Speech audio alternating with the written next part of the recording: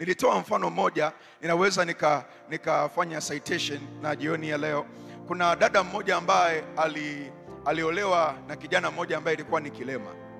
Dada ni Mkristo, anampenda Yesu Kristo kabisa. Aliolewa na kijana mmoja ambaye alikuwa na ukilema yule dada. Wakati nilikuwa ninazungumza naye, aliniambia mume wake changamoto ya ukilema aliokuwa nao ni kwamba wakati akiwa mdogo alizaliwa vizuri, anatembea vizuri, anaweza kutoka sehemu moja kwenda sehemu nyingine, alikuwa ni mzima kabisa. Lakini siku moja amelala nyumbani, ameamka asubuhi hawezi tena kutembea. Ghafla amelala usiku, amelala vizuri, kaamka asubuhi hawezi kutembea, miguu inamuuma kwa namna isiyo ya kawaida. Wazazi wanakuja wanamwangalia yule kijana, wanaona miguu inamuuma kwa namna ambayo hawezi kutembea. Ikapita siku na miezi kadha wa kadha, yule kijana akawa anazidi kuzoofika, ikawa tena hawezi hata kutoka sehemu moja kwenda sehemu nyingine kwa nguvu zake. Inabidi anapotoka kwenda toilet, inabidi aje mtu amsaidie, ampeleke. Asipompeleka ana uwezo wa kutambaa muda mrefu sana wakati toilet haiko mbali.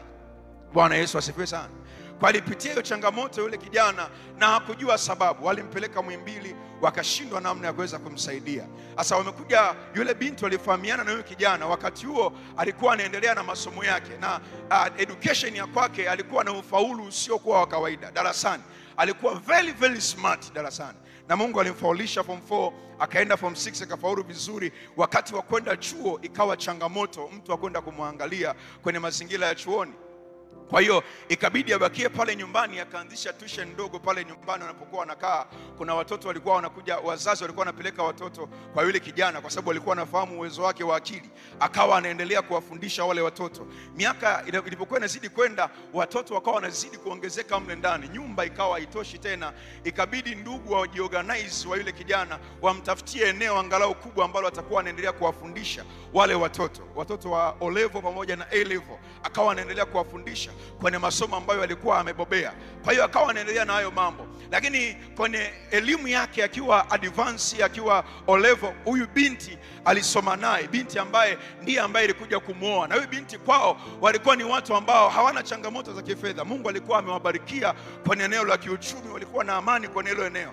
Na wakati binti anapeleka taarifa kwenye familia ya kwamba kuna kijana atakuja kuwaona wazazi, ya kwamba anahitaji kuingia naye kwenye ndoa, wazazi wakawa wanasubiria. Wazazi wanamsubiria kijana, wanakuja kumuona ni kijana ambaye anasaidiwa, anatolewa eneo moja, anapelekwa eneo lingine. Yani hawezi akatembea, ana udhaifu sio kwa kawaida.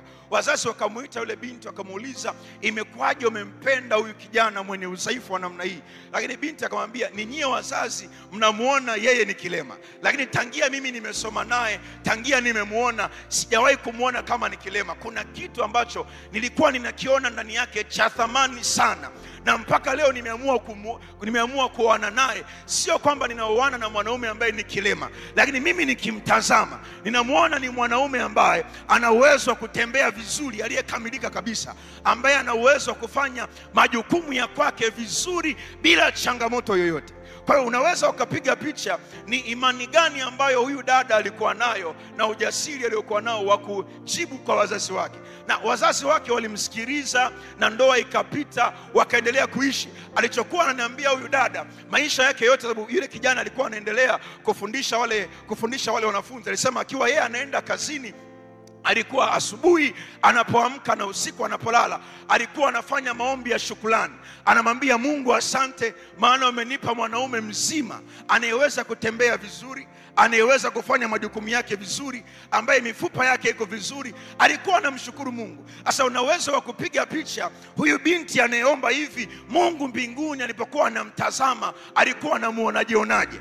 Ukisikia hayo maombi wewe akiwa anayaomba, unaweza ukaona kama ni dada ambaye amerogwa au ametumia mvinyo na kireo. Akili zake haziko sawa sawa. Lakini alichokuwa kinamfanya aombe kwa namna ile ni kwa sababu ya imani iliyokuwa imekaa ndani yake. Ananiambia yule kijana alipambana baada ya kuingia kwenye ndoa, akampeleka India aone kama anaweza kutibiwa. Lakini alipoenda India akarudi akapewa dawa, akawa anaendelea kuzitumia, lakini kukawa hakuna maendeleo. Lakini siku moja ameamka, anajiandaa kwenda ofisini, anashangaa, anageuka nyuma, anamkuta mume wake amesimama, aliyekuwa anatambaa, aliyekuwa anahamishwa kutoka eneo moja kwenda eneo lingine, anageuka nyuma akiwa kwenye kujiandaa, anaona yule mwanaume amesimama, anamwangalia.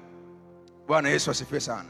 Nisaidie kumtazama jirani yako, mwambie kilichomponya yule kijana ulikuwa ni uwezo uliokaa ndani ya yule mwanamke wa kuona visivyoonekana. Bwana Yesu asifiwe sana. Na watu wengi sana leo hii wamepoteza vitu vingi vya thamani kwa sababu vile vitu vilikuwa vina udhaifu. Wakiviangalia hivi anaona vile vitu kuna namna havitoshei, yani kuna namna havilingani na yeye, yani kuna namna haviwezi kukaa na yeye. Watu wengi wamepoteza vitu kwa kuviangalia namna ya nje. Wakiviangalia hivyo wanaona uchumi wake, hivi vitu havijakaa sawa. Wakiangalia muonekano wa hivi vitu havijakaa sawa. Kwa hiyo hawezi akawa tayari kuweza kuambatana na mtu wa namna hiyo. Watu wengine wamepoteza ofisi fulani kwa sababu waliangalia mshahara ambao unapatikana, unatolewa kwenye ile ofisi, na viwango vyake vya kielimu haviendani kabisa na ule mshahara. Kwa hiyo kuna watu wengi ambao wamepoteza vitu vingi vya heshima kwa sababu ya kuangalia vitu vya huku nje, muonekano wa huku nje. Lakini huyu Yesu ambaye alikufa msalabani kwa ajili yako, hakukuleta hapa duniani kwa ajili ya kuja kufurahishwa na vitu vinavyoonekana. Alikuleta hapa duniani kwa ajili ya kuja kuviishi vitu ambavyo havijaonekana bado, na uwaaminishe watu ya kwamba kuna kitu hakijaonekana, lakini kupitia mimi kitaonekana katika